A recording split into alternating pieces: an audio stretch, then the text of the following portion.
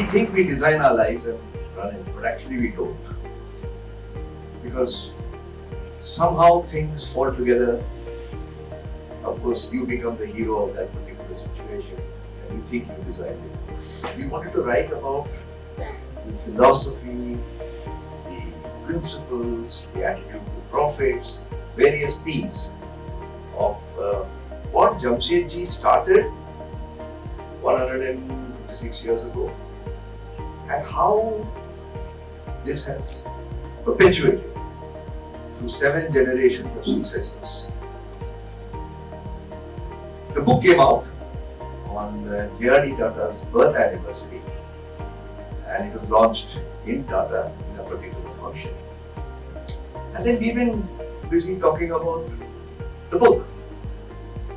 Unfortunately, we lost Ratan, as we all know, and that has sort of created a flood which we never expected. But there is a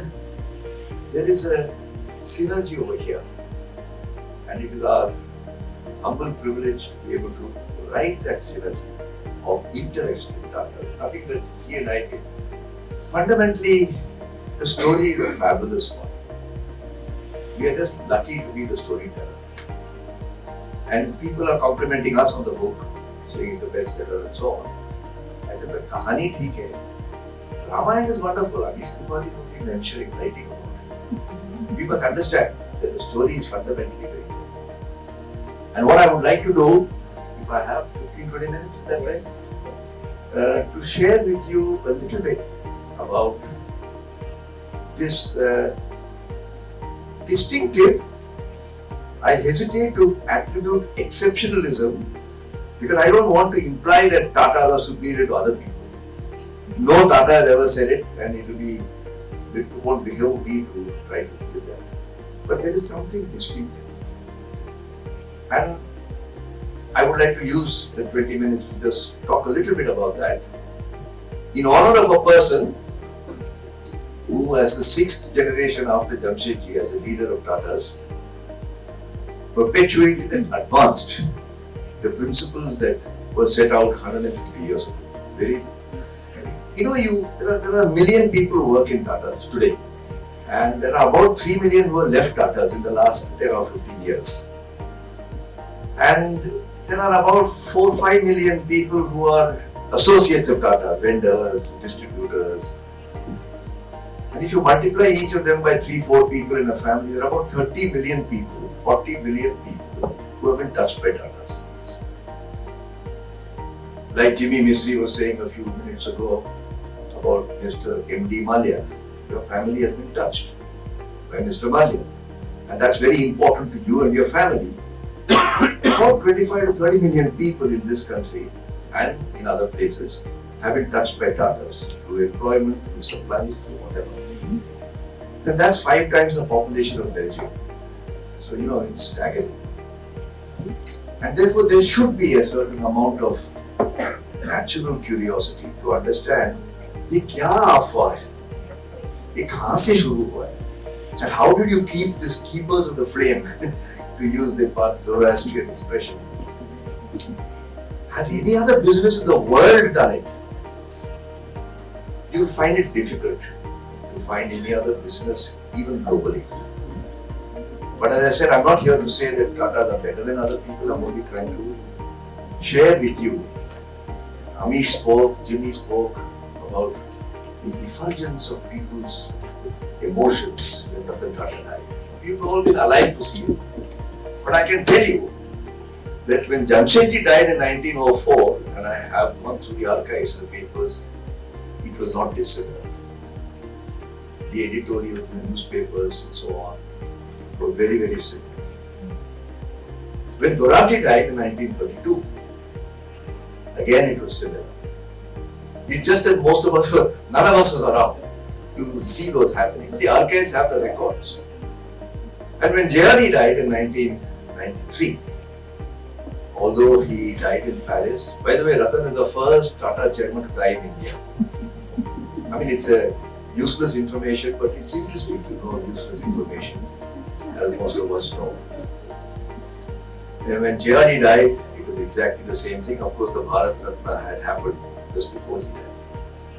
And the question that has struck me after we wrote the book and after Ratan's passing on is how come not only these people as individuals but Tata as an institution is of course respected in India and has been respected for 150 years. Not because of what Harish and I did. We didn't damage it, let's put it that way. But it is also loved. And I used to run an exercise at our Tata Management Training Center. Write down the names of 10 companies globally which you respect. And a predictable list would come out. And if you added up everybody's responses, you got 20 or 30 names. Apple, Microsoft, Google, name it. I said, now put down the names of companies you love. And very quickly, hands stopped moving and eyes started roaming. How can you love a company? What are you talking about? The best they could think of was Cadbury chocolate because of some Ogilvy film which my friend must have made in his career days, where people, a boy falls in love with a girl because of a Cadbury chocolate or whatever. And Tata's, we know this from our own brand track, which I started and Harish has continued after my retirement. We know they are loved. And they thought that we could create an institution without intending it to be respected and loved. The respect and love was the consequence. It's like you start an organization not to make profit. The profit is a consequence. But Bhagavad Gita tells you the same thing. Do what is right. Good things follow. This is what caught our attention and caused us to think of trying to recount in this book. There have been many books on Tatas, but if I may use the metaphor of a cucumber, they cut the cucumber horizontally. So somebody will write about TCS, somebody will write about Titan, somebody will write about Tata Steel, or how they turned around a particular business. We wanted to cut it longitudinally, a long slice. What is it that's common?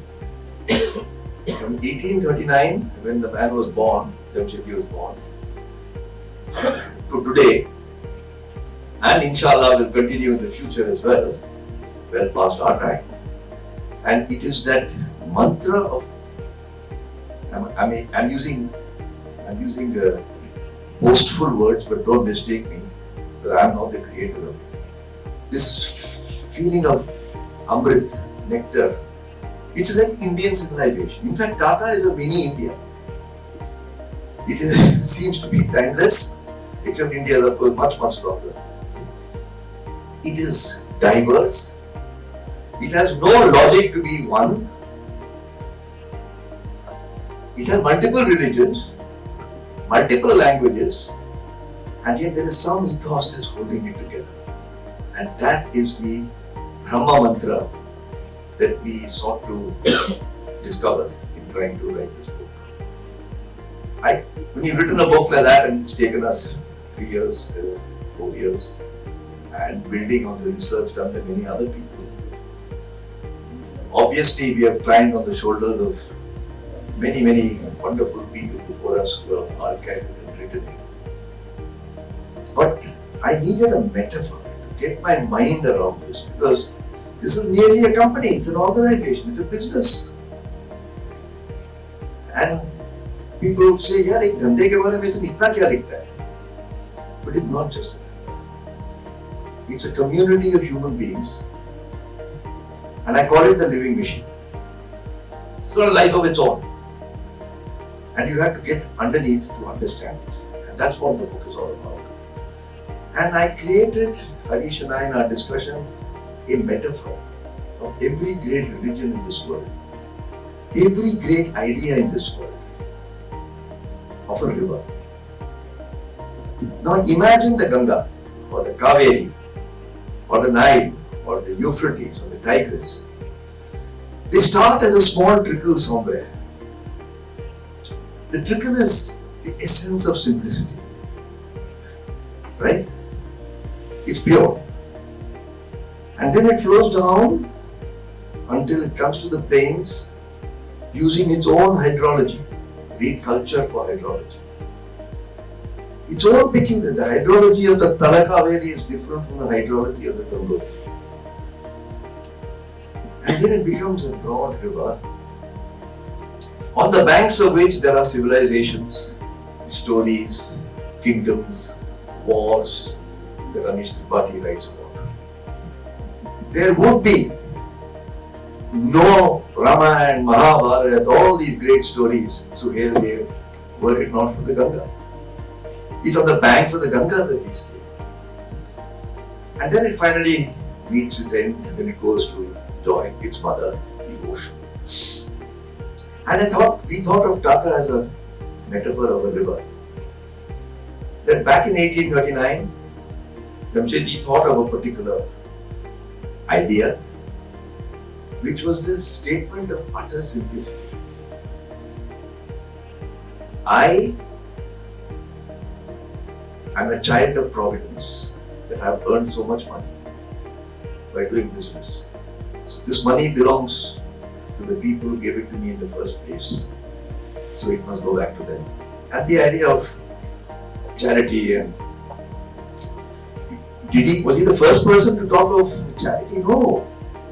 Indian merchant charity has been known for hundreds of years. The Kachi Bhatia community, the Marwadis, the Chettiars. But he is the first person who institutionalized charity. Or amongst the first person. Incidentally, in my research I found that even before Rockefeller, even before Carnegie, he would set up the first genuine foundation in the world, 1892.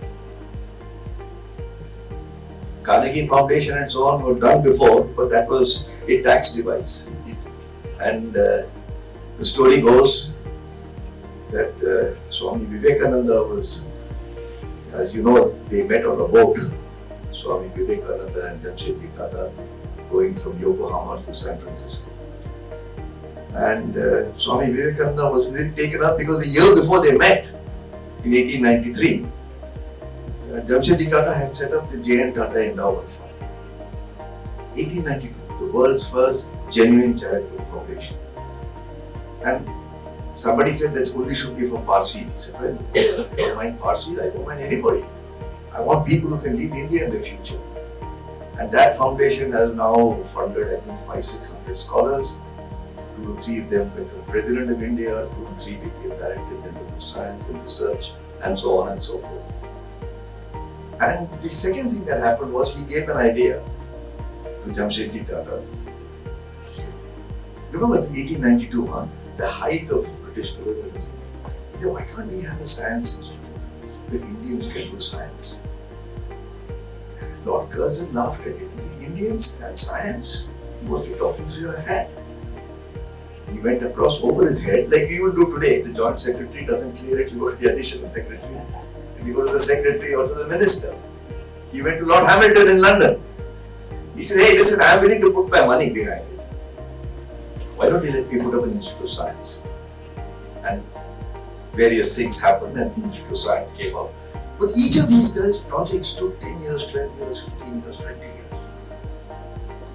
And that shows the nature of long-term entrepreneurship that Jamsetji Tata pioneered.